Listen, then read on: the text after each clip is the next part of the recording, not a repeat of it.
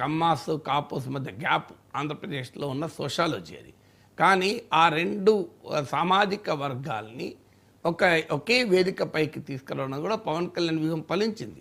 Natural social coalition అంటే జగన్మోహన్ రెడ్డి వ్యతిరేక శక్తుల సామాజిక రాజకీయ ఐక్యతకు కూడా పవన్ కళ్యాణ్ మూలము.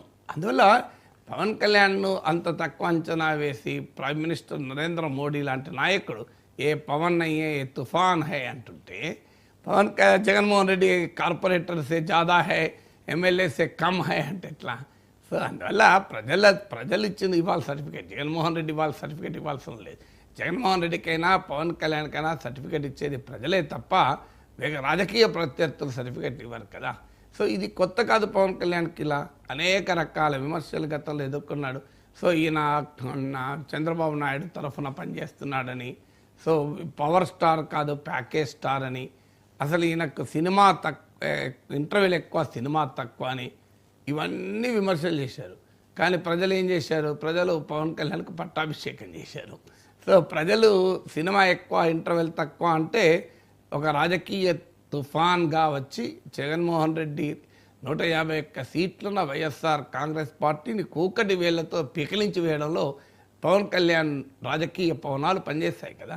సో సినిమా తక్కువ ఇంటర్వ్యూలు ఎక్కువ ఉన్న వ్యక్తి ఏ రకమైన ప్రభావాన్ని ఒక ప్రచండమైన రాజకీయ గాలిని సృష్టించాడు ఆంధ్రప్రదేశ్ రాజకీయాల్లో కాదని అనగలమా? ఎవరైనా ఊహించామా? 21 సీట్లు 100% స్ట్రైక్ రేట్ అనేది ఇండియన్ పొలిటికల్ హిస్టరీలో మామూలుది కాదు. ఇప్పుడు రియాలిటీని నీ అభిప్రాయాలతో రాజకీయాలు విశ్లేషించకూడదు, నాయకుడు చేయకూడదు, నాలాంటి విశ్లేషకులు కూడా చేయకూడదు. మన రాగద్వేషాలతో రాజకీయాలు విశ్లేషించకూడదు. రాగద్వేషాలకు అతీతంగా రాజకీయాలను విశ్లేషించాలి ఒక జర్నలిస్ట్గా నాలాంటి వాడు.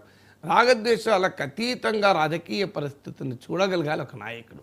అలా చూడలేక సెల్ఫ్ డినైల్ మోడ్లో ఉండి నిరంతరం సెల్ఫ్ డినైల్, నేను గొప్ప, నా విధానాలు గొప్ప, నా పార్టీ గొప్ప, నా తప్పేమీ లేదు, ఈ ప్రజలే తెలియదక్కగా ఓటేయలేదు నాకు అనే ఒక భావన అనేది జగన్మోహన్ రెడ్డికి రాజకీయ భవిష్యత్తుకు ఉపయోగపడదు.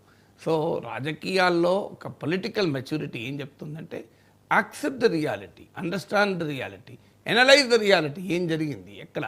కానీ నా తప్పేమీ లేదు, నేనంతా కరెక్టే, తప్పెవరిది? తప్పు ప్రజలది. అంటే ఎట్లా అంటే ప్రజల తప్పు తను అనే సెల్ఫ్ డినియల్ మోడ్లో ఏ పొలిటీషియన్ ఉన్నా ఈ విల్ నెవర్ సక్సీడ్. పొలిటీషియన్ అనే వ్యక్తి, పొలిటికల్ పార్టీ అనే వ్యక్తి తప్పులు అర్థం చేసుకొని సరి చేసుకోవాలి. మీరు భారతీయ జనతా పార్టీ చూడండి, మీకు అది ఉదాహరణ కదా. 2024 లోక్సభ ఎన్నికల్లో అంత దెబ్బతిన్నాక మళ్ళీ హర్యానా, మహారాష్ట్ర, ఢిల్లీ వరుసపెట్టి గెలుస్తుంది. ఎందుకు గెలుస్తుంది? ఆ పార్టీ తప్పులను అర్థం చేసుకుంది. బహిరంగంగా యాక్సెప్ట్ చేస్తావా చేయవా తర్వాత సంగతి, కానీ అర్థం చేసుకున్నారు, తప్పుడు మార్గాల్ని మార్చుకోవడం పెట్టాడు.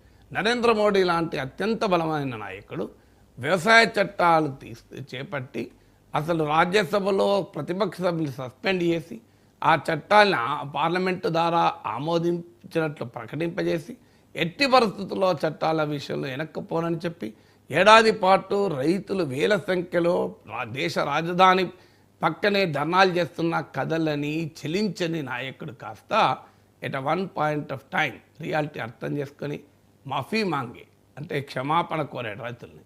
సో అది నరేంద్ర మోడీకి అలంకారమైంది. మీకు చూడండి, అహంకారం ఎప్పుడు అలంకారం కాదు, వాస్తవాన్ని అర్థం చేసుకున్నాడు మోడీ కూడా. ఎస్, ఇది తనకు నష్టం జరుగుతుంది పొలిటికల్గా అన్నాడు.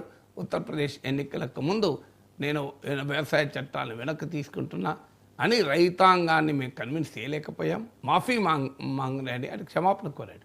అది పొలిటికల్ విజయానికి కారణమైంది. మీకు ఎప్పుడు కూడా you should understand where we are, ఎక్కడ ఫెయిల్ అవుతున్నాం, ఎందుకు ఫెయిల్ అవుతున్నాం, ప్రత్యర్థి ఎందుకు సక్సెస్ అవుతున్నాడు, ఇది నిరంతరం చేయగలగాలి. నేను చాలా గొప్ప అనే భావన ఎప్పుడు కూడా మనిషిని ముందుకు తీసుకెళ్ళదు. So I don't know why Jaganmohan Reddy ఎందుకు అలా స్పందిస్తున్నాడో తెలియదు, కానీ తన చుట్టూ ప్రపంచాన్ని తిరగాలి అనుకుంటే సాధ్యం కాదు. విజయంలో సాధ్యం అవుతుందేమో కానీ అపజయంలో సాధ్యం కాదు. తన చుట్టూ ప్రపంచం తిరగాలి, తాను మాత్రం తన చుట్టే తిరుగుతాను అంటే ఎట్లా?